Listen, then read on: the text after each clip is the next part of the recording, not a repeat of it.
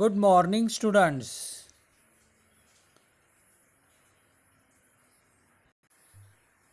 Science and Technology Part First, Worksheet number 2, Laws of Motion. आपण कृतीपत्रिका 1 ध्वनीचा अभ्यास study of sound याची माहिती घेतलेली आहे. त्यानंतर आज आपण गतीचे नियम laws of motion in previous standard chapter number first laws of motion याची आपण माहिती घेणार आहोत आणि त्याची उत्तर कशी लिहायची ते मी आज तुम्हाला सांगणार आहे. त्याच्यात डेफिनेशन्स आहेत बघा दिलेल्या, त्याआधी कशा आहेत त्या बघूया. Motion of an object, a body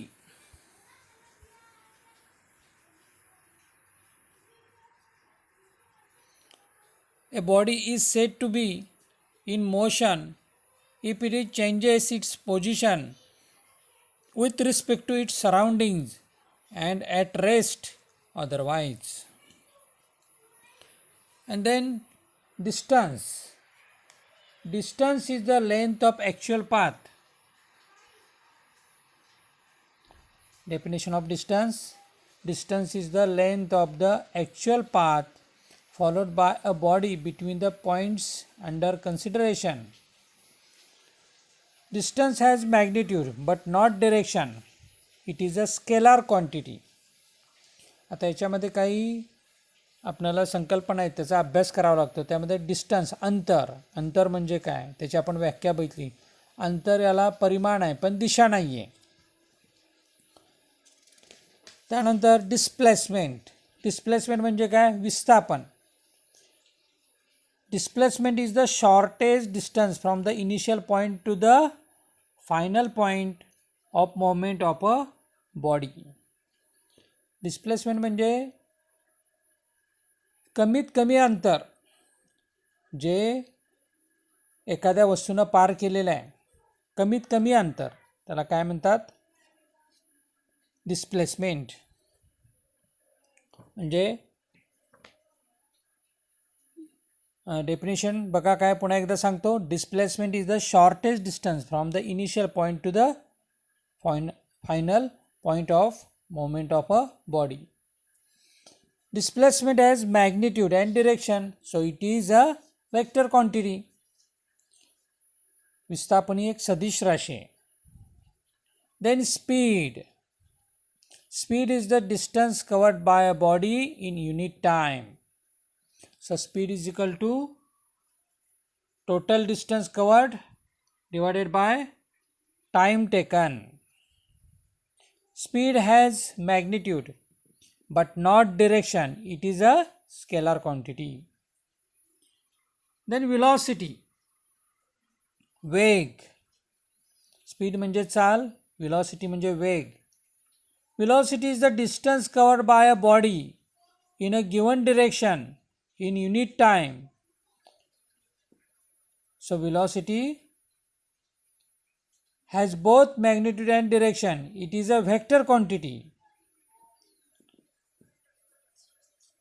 Then uniform motion, एक समान गति. Uniform motion is the motion in which a body covers equal distance. Body covers equal distances in very small equal intervals of time. And non-uniform motion, नैक समान गति.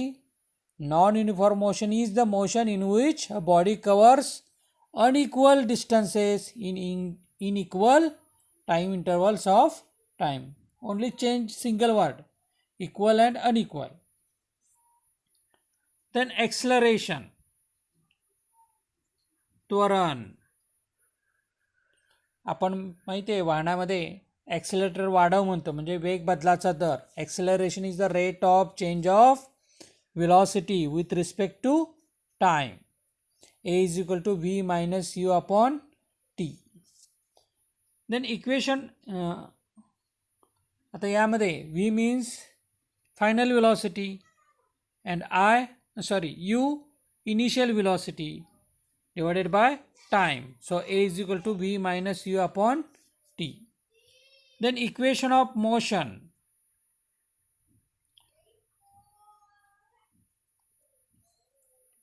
For a body moving along a straight line with uniform acceleration A, the equation of motion relating U initial velocity, V velocity after time t means final velocity, displacement S. So first equation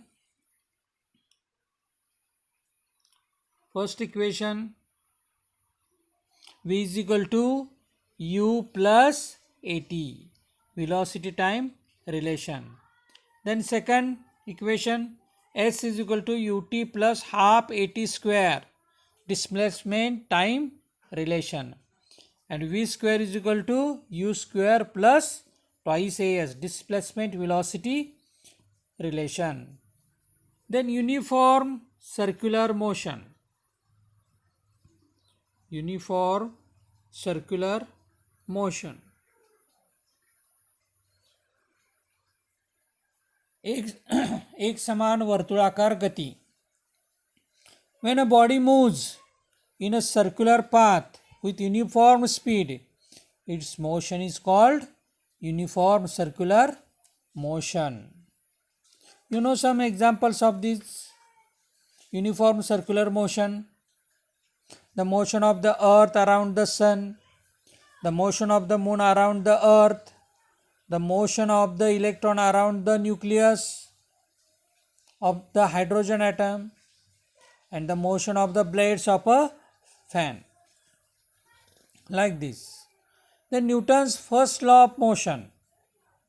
An object continues to remain at rest or in a state of uniform motion along a straight line unless an external unbalanced force acts on it.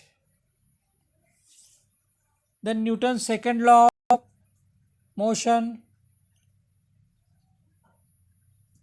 न्यूटनचा गतिविषयक दुसरा नियम काय आहे बघा, आठवा एकदा. The rate of change of momentum is proportional to the applied force and the change of momentum occurs in the direction of the force. Then Newton's third law. Newton's third law of motion. Every action force has an equal and opposite reaction force which acts simultaneously. Force F is equal to m into A means force is equal to mass into acceleration. Then last, law of conservation of momentum, संवेग अक्षयतेचा नियम. When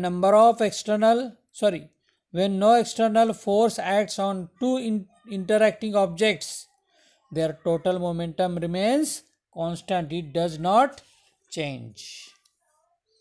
अशा पद्धतीनं हे जे पहिलं प्रकरण होतं lodge of motion, याच्यामधले मी सगळ्या डेफिनेशन, लॉ आणि जे इक्वेशन्स आहेत ते सांगितलेले आहेत. यानंतर सायन्स अँड टेक्नॉलॉजी पार्ट 2 याच्यामधले जी पहिली वर्कशीट होती, कृतीपत्रिका पहिली, अनुवंशिकता व परिवर्तन, हेरिडिटी अँड व्हेरिएशन.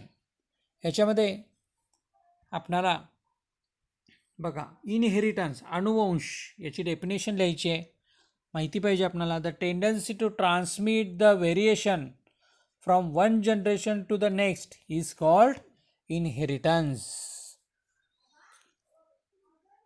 आपणाला 9वीचं पुस्तक जरी असलं तरी त्याच्यातलं एकदा वाचा तुम्ही. पुस्तक एकदा वाचल्याशिवाय, धडा वाचल्याशिवाय तुम्हाला उत्तरं लिहिता येणार नाहीत. किंवा मी जे पाठवलेली आहे कृतीपत्रिका मराठीतून इंग्रजीमध्ये केलेली ट्रान्सलेट पाठवलेली आहे बघा, ती एकदा वाचा, म्हणजे तुम्हाला याची उत्तरं लगेच सोडवता येतील. हेरिडिटी, अनुवंशिकता, याच्यामध्ये आपणाला जी व्याख्या आहे ती लक्षात घ्या. Transfer of characteristics from parents to offspring is called heredity. जे अनुवंशिक लक्षणं असतात ती एका पिढीकडून दुसऱ्या पिढीकडे जातात त्याला काय म्हणतात? अनुवंशिकता. याच्यासाठी आपणाला काही माहिती मिळते बघा. सम डिफरन्सेस इन फेशियल फीचर्स. व्यक्तीमध्ये कसे व्हेरिएशन्स असतात याची काही उदाहरणं आपणाला दाखवलेली आहेत. त्यानंतर ही एक डायग्राम आपणाला वर्कशीटमध्ये आहे बघा. त्याची नावं लिहायची होती. Label the diagram. Organisation of chromosomes. गुणसूत्राची रचना. क्रोमोझोम्स म्हणजे काय, ते कशापासून बनलेले आहेत हे इथे आपल्याला दिलेलं आहे बघा. The chromosomes are made up of nucleic acid and proteins. They have heredity characteristics located on them in the form of DNA molecules. The number of chromosomes is specific for every species. आपल्याला माहिती आहे प्रत्येक स्पेसीजमध्ये ही त्यांची संख्या ठरलेली आहे आणि त्याची माहिती आपल्याला इथं मिळते. ते डायग्रॅम बघा क्रोमोझोमची आपल्याला दिलेली आहे. त्याच्यामध्ये जी नावं लिहायला सांगितलेली होती ती सुद्धा तुम्ही लिहू शकता त्या ठिकाणी. त्यानंतर chromosomes number of some organisms have been given in the table. आपल्याला टेबलमध्ये दिलेली आहे संख्या. तो चार्ट भरायचा आहे बघा. कृतीपत्रिकेमध्ये जो सरावासाठी प्रश्न दिलेले आहे त्याच्यामध्ये आहे. क्रॅबमध्ये किती असतात? खेकड्यामध्ये 200 क्रोमोझोम्सचे नंबर ऑफ क्रोमोझोम्स असतात. मेजमध्ये 20, फ्रॉगमध्ये 26, राऊंड वर्म म्हणजे गोलकृमी याचे 4 असतात. पोटॅटो 48 आणि in human 46. Then type of chromosomes हा एक प्रश्न आहे बघा. टाईप ऑफ क्रोमोझोम्स आहे ना प्रश्न. गुणसूत्रांचे प्रकार. त्यामध्ये मेटॅसेंट्रिक, सबमेटॅसेंट्रिक, ॲक्रोसेंट्रिक आणि टेलोसेंट्रिक दिलेले आहेत बघा. 4 प्रकार. मेटॅसेंट्रिक, सबमेटॅसेंट्रिक, ॲक्रोसेंट्रिक आणि टेलोसेंट्रिक. जवळजवळ बरीचशी उत्तरं मी तुम्हाला सांगितलेली आहेत. आता यामध्येच DNA, deoxyribo nucleic acid. Chromosomes are mainly made up of DNA आणि याची माहिती आपल्याला या पॅरेग्राफमध्ये मिळते. This acid was discovered by the Swiss biochemist Friedrich Miescher in 1869. The structure of the DNA molecule is the same in all organisms. याची माहिती आपल्याला दिलेली आहे या पॅरेग्राफमध्ये. याचं डबल हेलिकल स्ट्रक्चर असतं. याच्यामध्ये DNA मध्ये जे स्ट्रक्चर ऑफ DNA मध्ये दिलेलं आहे बघा. Adenine, thymine, pair of nitrogen bases, nucleotides, guanine, cytosines. त्यानंतर rails of the DNA made up of sugar and phosphoric acid. त्याचं स्ट्रक्चर दाखवलेलं आहे बघा. देन नेक्स्ट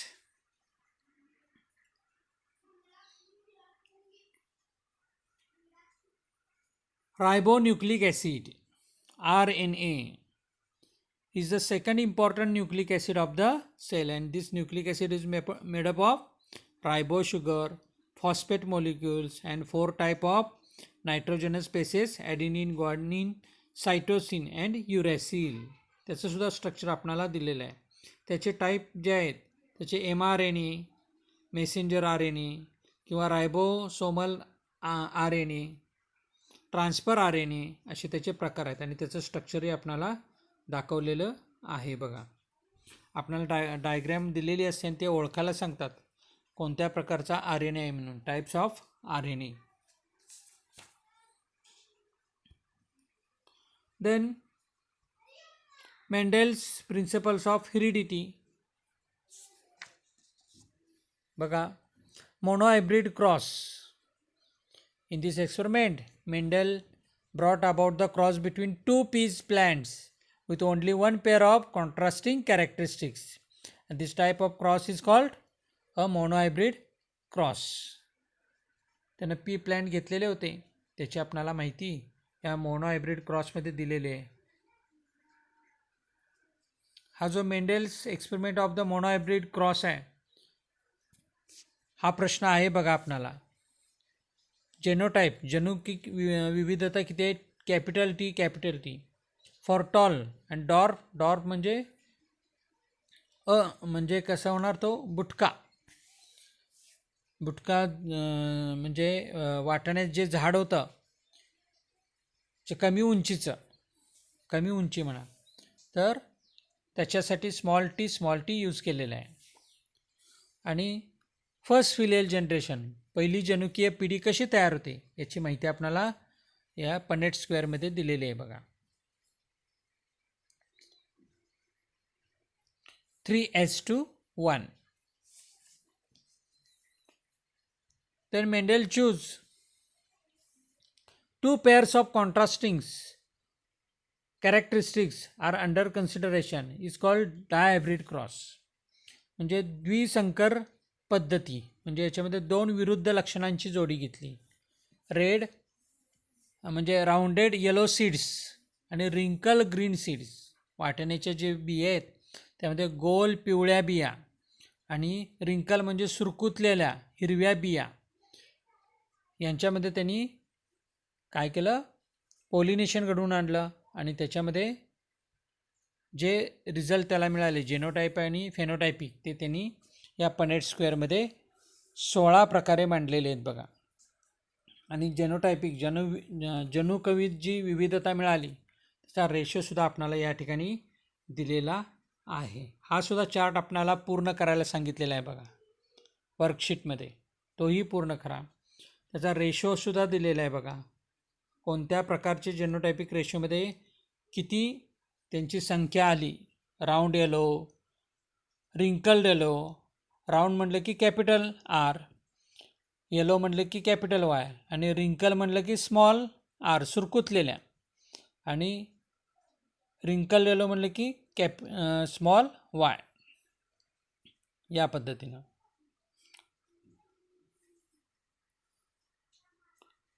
याची सुद्धा माहिती आपल्याला या पनेट स्क्वेअरमध्ये दिलेली आहे. Then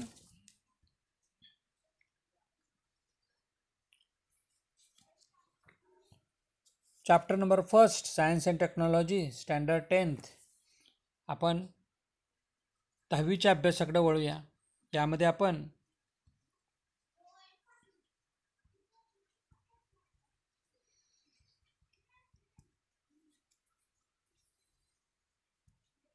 in previous lecture we have seen gravitational potential energy, the energy stored in an object because of its position or state is called potential energy. For an object at infinite distance from the earth, the value of G is 0 and Earth's gravitational force does not act on the object. ज्या ठिकाणी आपण अनंत अंतरावर वस्तू पाठवतो किंवा गेलेली असते त्या ठिकाणी जीचं मूल्य काय असतं? 0 असतं.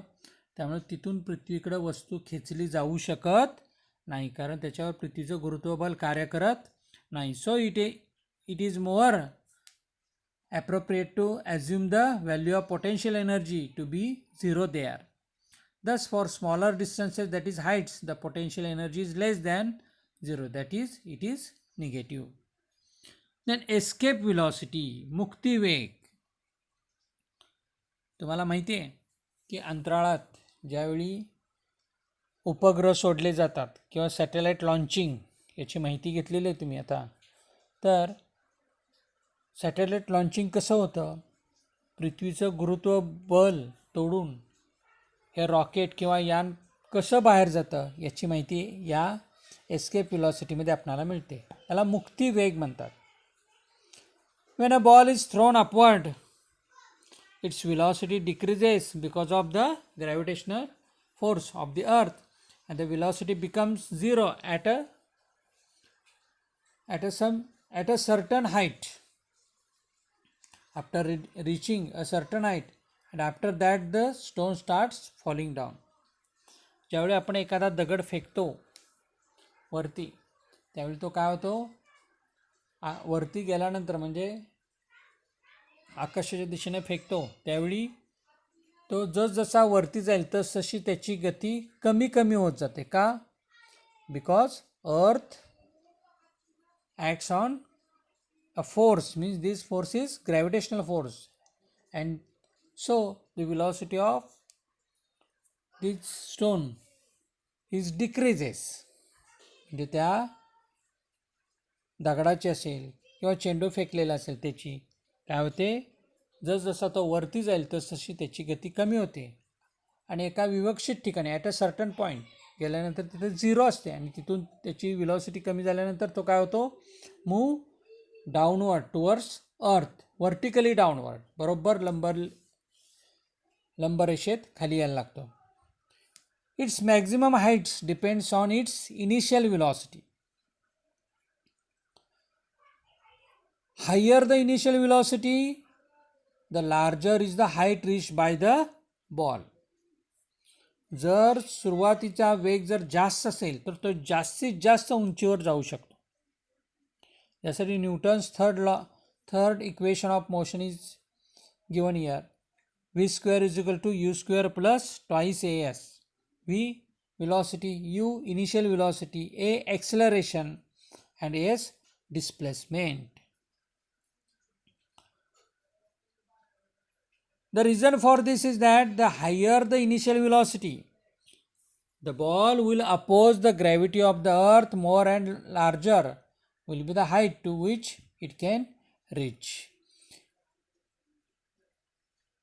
If we keep increasing the initial velocity of the ball, it will reach larger and larger heights, and above a particular value of initial velocity of the ball is able to overcome the downward pull by the earth and can escape the earth forever and will not fall back on the earth, and this velocity is called escape velocity, मुक्ती वेग.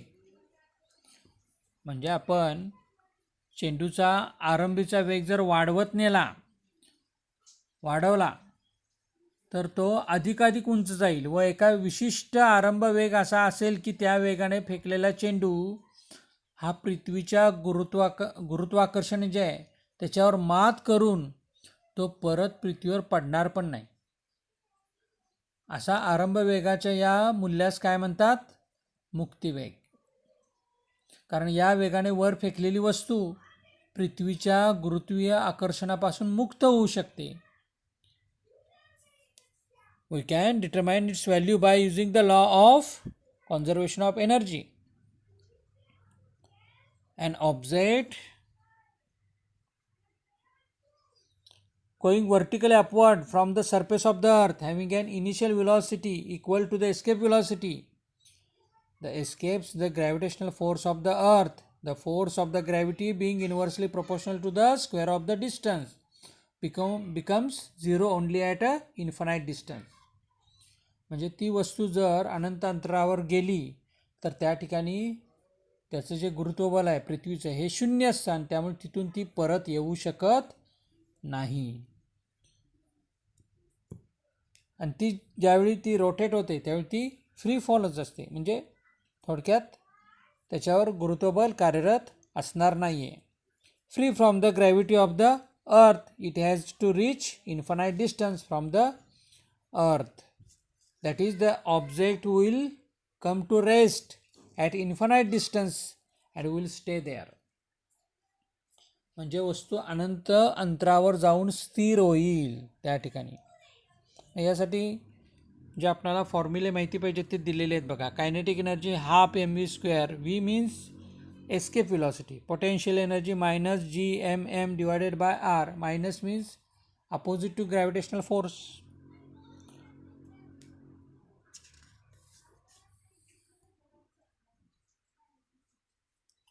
From the principle of conservation of energy.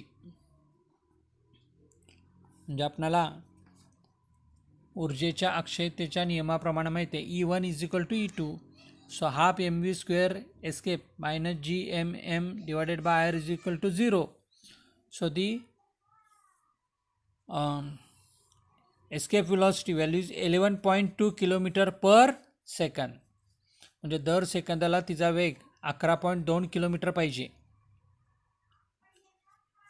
The spacecrafts which are sent to the moon or the other planets have to have their initial velocity larger than the escape velocity so that they can overcome Earth's gravitational attraction and can travel to these objects. म्हणजे चंद्रावर किंवा दुसऱ्या ग्रहावर पाठवल्या जाणाऱ्या ज्या अवकाशयानांचा ना आरंभीचा वेग हा मुक्ती वेगापेक्षा अधिक असतो. मुक्ती वेगापेक्षा अधिक असतो आणि त्यामुळं काय होतं, ती याने पृथ्वीच्या गुरुत्वाकर्षणाच्या पार करून इतर ग्रहावर जाऊ शकतात. बऱ्याच वेळेला तुम्ही बघितले की अवकाशामध्ये जे स्पेस स्टेशन्स असतात त्या ठिकाणी वस्तू तरंगताना दिसतात किंवा आतल्या ज्या व्यक्ती असतात त्या तरंगताना दिसतात, त्या खाली खेचल्या जात नाहीत. ॲक्च्युली स्पेसक्राफ्ट हे जास्त उंचीवर नसतात. Means space travellers as well as objects in the spacecrafts appear to be floating. तरंगताना आपल्याला दिसतात. का दिसतात? कारण त्या ठिकाणी जीचं मूल्य काही शून्य नसतं. बघा, the value of G there is not zero. In the space station the value of G is only 11% less than its value on the surface of the earth. पृथ्वीपेक्षा फक्त 11% त्याची व्हॅल्यू गुरुत्वबलाची कमी असते. त्यामुळे ॲक्च्युली ते काय असतात, फ्री फॉलच असतात. मग ते पृथ्वीवर का खेचले जात नाहीत? Because of its velocity. त्याचा वेग असल्यामुळे ते फ्री फॉल असल्यामुळं रोटेट होत राहतात. पृथ्वीभोवती काय होतात, रिव्हॉल्व होत राहतात, फेरी पूर्ण करत असतात. The height of the spacecraft is not the reason for the weightlessness. Their weightlessness is caused by their being in the state of free fall. Though the spacecraft is not falling on the earth because of its velocity along the orbit, the only force acting on it is the gravitational force of the earth and therefore it is in a free fall. ते actually free फॉलच असतात आणि त्यामुळं ते पृथ्वीवर पडू का शकत नाही, तर ते व्हिलॉसिटीमुळं. चंद्रावर जशी युनिफॉर्म सर्क्युलर मोशन असते तशीच यांचीसुद्धा सर्क्युलर मोशन असते. त्यामुळे ते फिरत राहतात. त्याला मुक्त पतनच म्हणतात, free fall. Thus if a traveller releases an object from her hand it will remain stationary with respect to her and will appear to be weightless. म्हणजे त्यामुळे त्यांच्या एखादी हातातून वस्तू सोडल्यावर किंवा सुटल्यावर प्रवाशाच्या सापेक्ष ती स्थिरच राहते आणि वजनरहित असल्याचं जाणवतं बिकॉज ऑफ इट्स व्हिलॉसिटी. समजलं? या ठिकाणी आपलं हे प्रकरण संपलेलं आहे.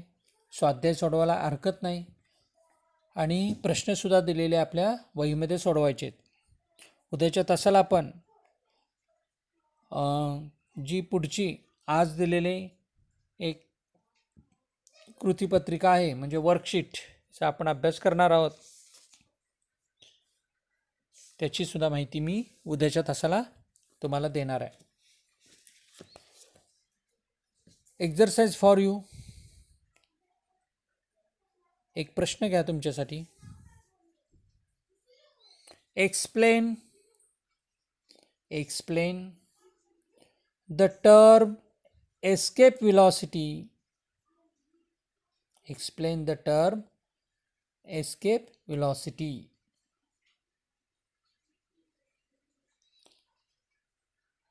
हा मोठा प्रश्न मुद्दामून दिलेला आहे कारण याच्यामध्ये दोन लहान प्रश्न येतात. ते म्हणजे व्हॉट इज एस्केप व्हेलॉसिटी और डिफाईन एस्केप व्हेलॉसिटी. किंवा आणखीन एक प्रश्न येतो याच्यामध्ये right a short note on escape velocity. असे 2-3 प्रश्न ह्या एकाच प्रश्नामध्ये येतात म्हणून तुम्हाला हा प्रश्न दिलेला आहे. Explain the term escape velocity.